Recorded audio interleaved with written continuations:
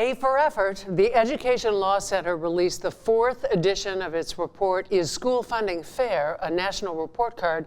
And in a state-by-state analysis of K-12 school funding, New Jersey got an A for effort in investing in high-poverty areas and for both funding and fairly distributing school aid, second only to Massachusetts. But the state's underfunded its formula for subsidizing all public schools by more than $1 billion over the past few years.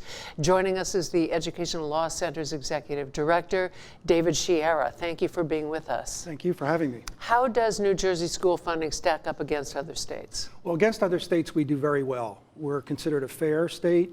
We look behind the raw spending numbers to look at two measures. One, is there a sufficient level of funding for all the kids in the state to support their education? Second, and most importantly, does the state provide more resources where student need is highest? And these are our high poverty schools. So these are schools that serve high concentrations of low-income children, English language learners, kids who need to learn English. So Abbott districts. Well, not just Abbott districts. Actually, we have a whole range of districts now. We have over about 100 districts now where the student poverty rate is up over 40, 50%. So poverty concentration in our schools and districts isn't just the old Abbott problem. It is a statewide issue. The state has done a good job over the years to build in equity and fairness into its formula.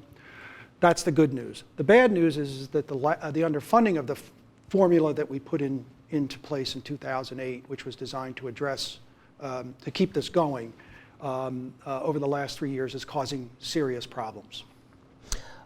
Why do you think that we've had consistently high rankings? Well, because a lot of it had to do with the Abbott rulings over the years, directing more money into the highest poverty districts. The legislature also at that time, I'm talking about the decade of the 2000s, put money into other high poverty districts.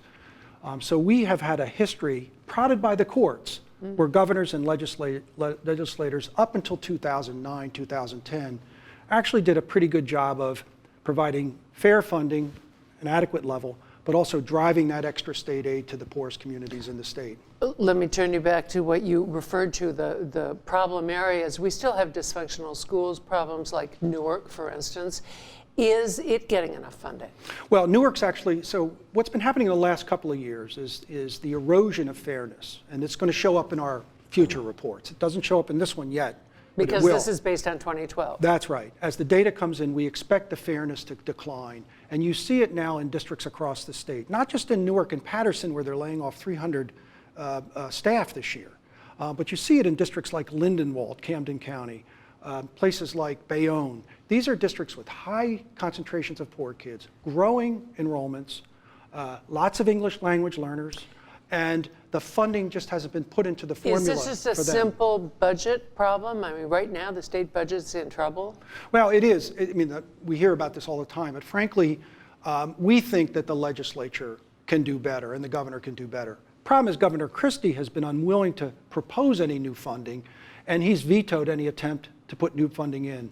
We've called on the legislature this year to put in about $300 million new funding allocated to the districts that need it the most.